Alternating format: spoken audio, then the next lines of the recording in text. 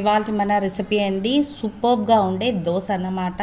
That మనం నార్మల్గా ఏం చేస్తూ ఉంటాము, రైస్ మిగిలిపోతే పడేస్తూ ఉంటారు, లేకుంటే దాని చిత్రాన్నం చేసుకుంటూ ఉంటాం, లేకుంటే పని వాళ్ళకి ఇచ్చేస్తూ ఉంటాం.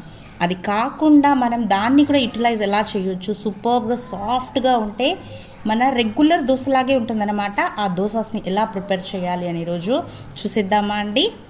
ఫస్ట్ ఒక మిక్సీ జార్ తీసేసుకుందామండి. దాంట్లో ఇక్కడ ఈ కప్పుతో ఒక కప్పు రవ్వ తీసుకున్నాను కదా, ఈ రవ్వని దీంట్లో వేసేసుకుని దీన్ని ఏం చేద్దాము, ఫైన్ పౌడర్గా గ్రైండ్ చేసి తీసుకుందాం.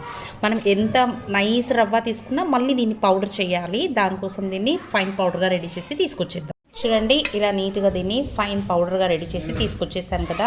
ఇప్పుడు ఏం చేద్దాము, ఏ కప్పుతో అయితే మనము రవ్వ తీసుకున్నామో అదే కప్పుతో 1 కప్ మిగిలిపోయిన అన్నం ఉంటుంది కదా, దాన్ని వేసేసుకుందాం. చూడండి, ఇప్పుడు అదే కప్పుతో నేను రైస్ని తీసుకున్నాను, దీంట్లో యాడ్ చేసేసుకుని ఇప్పుడు దీన్ని వాటర్ అనేది యాడ్ చేయకుండా ఫస్ట్ దీన్ని గ్రైండ్ చేసి తీసుకొచ్చేద్దాం. చూడండి, ఇలా పౌడర్ పేస్ట్ లాగా ఇది రెడీ అవుతుందన్నమాట. ఇంకా మనం దీనికి ఏమీ యాడ్ చేయలేదు. ఇప్పుడు అదే కప్పుతో ఒక కప్పు దీంట్లోకి పెరుగుని యాడ్ చేసుకుని కాస్త వాటర్ని యాడ్ చేసుకుని దీన్ని ఏం చేద్దాము, మనం ఇప్పుడు ఒక దోశ బ్యాటర్ లాగా రెడీ చేసేసుకుందాము. కప్పుతో పెరుగు తీసుకున్నాను, ఆ పెరుగుని దీంట్లో యాడ్ చేసేసుకుని మనకు వాటర్ ఎంత కావాలో చూసుకుని కన్సిస్టెన్సీని బట్టి మనము ఒక దోశ బ్యాటర్ లాగా దీన్ని రెడీ చేసి తీసుకొచ్చేద్దాం.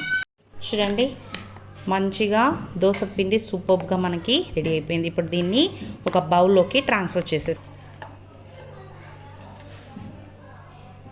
ఇప్పుడు దీంట్లోకి మనకి రుచికి తగినంత సాల్ట్ అనేది యాడ్ చేసేసుకుందాము.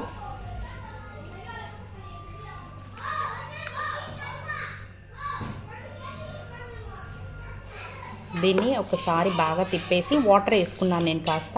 మీరు వాటర్ కన్సిస్టెన్సీని చూసుకుని మీకు వాటర్ని యాడ్ చేసుకోండి దీంట్లోకి. చూడండి, మన దోశ బ్యాటర్ పర్ఫెక్ట్గా రెడీ అయిపోయింది. ఇప్పుడు మనము దోశలు పోసేసుకుందాం. చూడండి, ఇప్పుడు నేను ఒక దోశ తవా అనేది రెడీ చేసేసుకున్నాను. ఇప్పుడు మన బ్యాటర్ నుంచి దోశ అనేది దీని మీదకి స్ప్రెడ్ చేసేసుకోవడమే. మనము చాలా అంటే చాలా సూపర్గా వస్తాయి.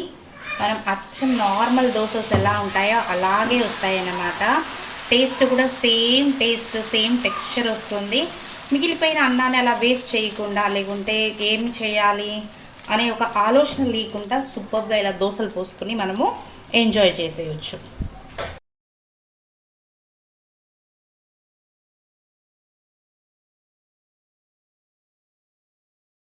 చూడండి, మన నార్మల్ దోసాస్ లాగా ఎంత సూపర్గా వచ్చాయో.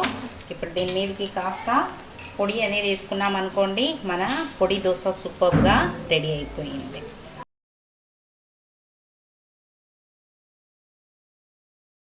చూడండి, ఎంత సూపర్గా ఉండే మన దోశ రెడీ అయిపోయింది అనమాట. నచ్చితే మీకు కూడా ఒక్కసారి మీరు కూడా తప్పకుండా ట్రై చేయండి. మీకు ఎలా వచ్చిందని నాకు కమెంట్లో తెలపండి. నా ఛానల్ని సబ్స్క్రైబ్ చేసుకోండి. This is learners with Geetha. Thank you for watching.